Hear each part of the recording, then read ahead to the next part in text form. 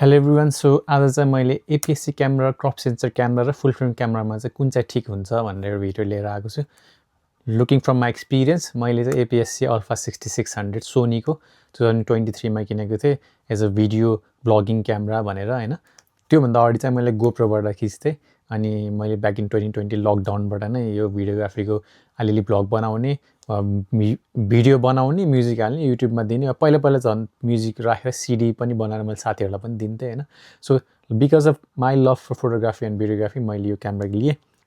So किन चाहिँ एपिएससी ठिक हुन्छ भनेर चाहिँ फ्यु पोइन्ट्स चाहिँ बजेट फ्रेन्डली, हल्का हुन्छ, पोर्टेबल हुन्छ, तपाईँको बाहिर तपाईँलाई एकदम कम्फर्टेबल लाग्दैन अरूको ठुलो क्यामेरा ग्याजेट लिएर जान भने चाहिँ पर्फेक्ट होइन।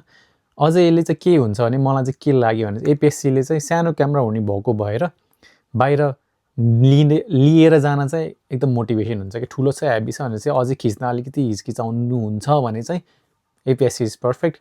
अझै सानो लेन्स छ भने चाहिँ पकेटमै फिट हुन्छ होइन। सो त्यो रिजनले चाहिँ एपिएससी is very good.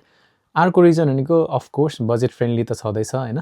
So budget लेन्सहरू पनि पाउँछ एपिएससीको लागि, भेराइटी अफ लेन्स छ। So that is another big factor. एउटा मात्रै इस्यु मैले के भेटाएँ भने चाहिँ एपिएससीको एउटा मेजर ड्रब्याक मेरो युज केस सिनेरियोमा, मेरो एक्सपिरियन्समा, किनभने म त्यतिखेर भर्खर सिक्दै थिएँ, यो मेरो लर्निङ कप थियो। मेरो युज केसमा चाहिँ लो लाइट इन्डोरहरू सुट गर्दाखेरि चाहिँ हाई आइएसओ गर्ने बित्तिकै ग्रेन चाँडै देखिने अनि त्यसले गर्दाखेरि पिक्चर क्वालिटी चाहिँ अलिकति लो भएको हो कि जस्तो मलाई फिल भयो त्यतिखेर म भर्खर सिक्दै थिएँ। मैले फ्ल्यास एक्सटर्नल लाइटहरू अझै सिकेको थिएन है यो केसमा चाहिँ। सो मेरो केसमा चाहिँ लो लाइटमा चाहिँ आइएसओ हाई गर्ने बित्तिकै ग्रेन देखिहाल्ने भएको भएर चाहिँ मलाई चाहिँ फुल फ्रेम ठिक होला भन्ने चाहिँ मेरो पर्सपेक्टिभ थियो। So that's why I went later for full frame. तर अदरवाइज केही पनि इस्यु थिएन। If you see the picture share there is no issue, केही पनि इस्यु छैन। यो चाहिँ some example, some clips, so you can refer to. The only reason I went for full frame was because low लाइटमा चाहिँ मलाई अलि high in quality चाहिएको थियो र त्यो चाहिँ मेरो लागि एउटा बिग पोइन्ट थियो। Otherwise nothing wrong, APSC is very good. तपाईँ यदि भर्खर स्टार्ट गर्दै हुनुहुन्छ भने you have lot of options in APSC. मैले अल्फा 6600 लिनुको रिजन चाहिँ इनबिल्ट बडी स्टेबिलाइजेसन अनि ब्याट्री पनि लङ लास्टिङ थियो यसमा होइन। अनि फ्लिपअप स्क्रिन छ भ्लगिङको लागि एकदम सजिलो।